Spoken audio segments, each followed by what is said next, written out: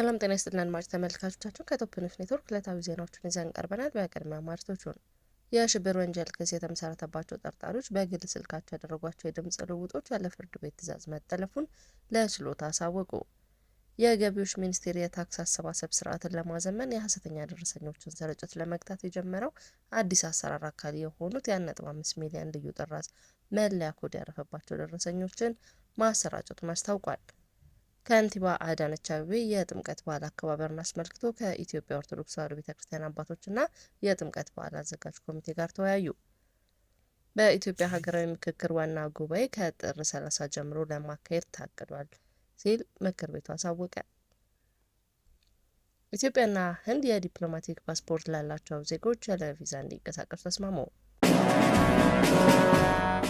የህዝብ ተወካዮች ምክር ቤት አባል አቶ ክርስቲያን ታደለን ጨምሮ በእነ ዮሐንስ ቦያለው መዝገብ ስር የሽብር ወንጀል ክስ የተመሰረተባቸው ተጠርጣሪዎች በግል ስልካቸው ያደረጓቸው የድምጽ ልውውጦች ያለ ፍርድ ቤት ትዕዛዝ መጠለፉን ጉዳያቸውን ለሚመለከት ችሎት አስታውቀዋል። ተከሳሾቹ በአቃቤ ሕግ በማስረጃነት የቀረበው የድምጽ ልውውጥ በሕጉ መሰረት ስለመፈጸሙ እንዲረጋገጥላቸው አቤት ብለዋል። በአማራ ክልል ካለው የጸጥታ መደፍረስ ጋር በተያያዘ በእነ ዮሐንስ ቦያለው መዝገብ የሽብር ወንጀል ክስ የተመሰረተባቸው ተከሳሾች ብዛት 52 ተከሳሾች ናቸው። አቃቤ ሕግ በተጠርጣሪዎቹ ላይ የመሰረተው የሽብር ክስ ያስረዱልኛል በሚል የሰው ምስክሮችን፣ የሰነድ ማስረጃዎችን፣ የቪዲዮ ኦዲዮና የሰነድ ማስረጃዎችን በፍላሽ ያካተተ ገላጭ እንዲሁም የኤግዚቢት ማስረጃዎችን ጉዳዩን ለሚመለከተው ለፌዴራል ከፍተኛ ፍርድ ቤት ልደታ ምድብ የጸረ ሽብርና ሕገ መንግስታዊ ጉዳዮች ችሎት አቅርበዋል። በተከሳሾቹ ላይ የቀረቡት የሰው ምስክሮች ቃልን አዳምጦ የጨረሰው ችሎቱ አቃቤ ሕግ ባቀረባቸው በሰነድ ማስረጃዎች ላይ ተጠርጣሪዎቹ አስተያየት እንዲሰጡ አርብ ጥር 8 2018 ቀጠሮ ሰጥቶ ነበር። አቃቤ ሕግ በማስረጃነት ካቀረባቸው መካከል የተከሳሾቹ የስልክ ልውውጥ እንደሚገኝበት የጠቀሱት ተከሳሾቹ የዜጎችን የግል ስልክ ልውውጥ መጥለፍ የሚቻለው በፍርድ ቤት ትዕዛዝ ብቻ መሆኑን ለችሎቱ ገልጸዋል። አቃቤ ሕግ ባቀረበው የክስ ፋይል ላይ በማስረጃነት የተያያዘው የተከሳሾች የስልክ ግንኙነት ጠለፋ በፌዴራል የመጀመሪያ ደረጃ ፍርድ ቤት አራዳ ምድብ ችሎትን በማስፈቀድ የተደረገ መሆኑን አመላክቷል። የገቢዎች ሚኒስቴር የታክስ አሰባሰብ ስርዓትን ለማዘመንና የሐሰተኛ ደረሰኞችን ስርጭት ለመግታት የጀመረው አዲስ አሰራር አካል የሆኑ 1.5 ሚሊዮን ጥራዝ ልዩ መለያ ኮድ ያረፈባቸው ደረሰኞችን ለ213,000 ግብር ከፋዮች መሰራጨታቸውን አስታውቋል። የገቢዎች ሚኒስቴር ወይዘሮ አይናለም ንጉሴ እንደገለጹት ከመመሪያ ቁጥር 188/2017 ጋር ተያይዞ ከጥር 1 2018 ዓ.ም ጀምሮ ግብር ከፋዮች በልዩ መለያ ኮድ የታተሙ አዳዲስ ደረሰኞችን ብቻ እንዲጠቀሙ በተቀመጠው አቅጣጫ መሰረት ሙሉ በሙሉ ወደ ተግባር ተገብቷል። ይህ አዲስ አሰራር የታክስ አሰባሰብን ለማዘመን፣ የሐሰተኛ ደረሰኞችን ስርጭት በዘላቂነት ለመቆጣጠርና ሕጋዊ የንግድ ስርዓትን ለማጠናከር ያለመ መሆኑ ተገልጿል። ምንም እንኳን ትግበራው በይፋ ቢጀመርም በርካታ ነጋዴዎች የህትመት ክፍያ ከዓመት በፊት ቢፈጸሙ ደረሰኙን እስካሁን ባለመድረሱ ምክንያት ስራቸው ሊስተጓጉል እንደሚችል ስጋታቸውን ተናግረዋል። ሚኒስቴሩ ለቀረበው ቅሬታ ምላሽ ለመስጠት ግብር ከፋዮች የህትመት ትዕዛዛቸው ያለበትን ደረጃ በራሳቸው መከታተያ የሚችሉበትን ድረገጽ ያስተዋወቀ ሲሆን ሚኒስቴሯ በብርሃንና ሰላም ማተሚያ ድርጅት በአካል በመገኘት የህትመት ሂደቱን ገምግመዋል። ከንቲባ አዳነች አቤቤ የጥምቀት በዓል አከባበርን አስመልክቶ ከኢትዮጵያ ኦርቶዶክስ ተዋሕዶ ቤተክርስቲያን አባቶችና ከጥምቀት በዓል አዘጋጅ ኮሚቴዎች ጋር ተወያዩ። የጥምቀት በዓል የኢትዮጵያ ኦርቶዶክስ ተዋሕዶ ሃይማኖታዊ ተከታዮች ብቻ ሳይሆን በርካታ ዓለም አቀፍ ጎብኚዎች የሚታደሙበትና በዩኔስኮ የማይዳሰስ ቅርስ ሆኖ የተመዘገበ የከተማችን አንዱ የድምቀት ምንጭና የዓለም ሀብት ነው ሲሉ ከንቲባ አዳነች አቤቤ ገልጸዋል።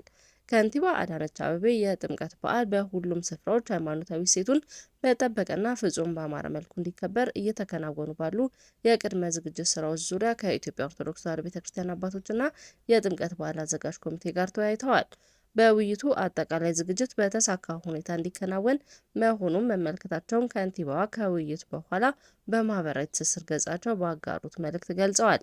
የአዲስ አበባ ከተማ አስተዳደር የጥምቀት በዓል እንደ ሌሎች ሃይማኖታዊ አደባባይ በዓላት በታላቅ ድምቀትና በሰላም እንዲከበር የሚያደርገውን ሁለንተናዊ ድጋፍ አጠናክሮ እንደሚቀጥል አዳነች አቤቤ አረጋግጠዋል።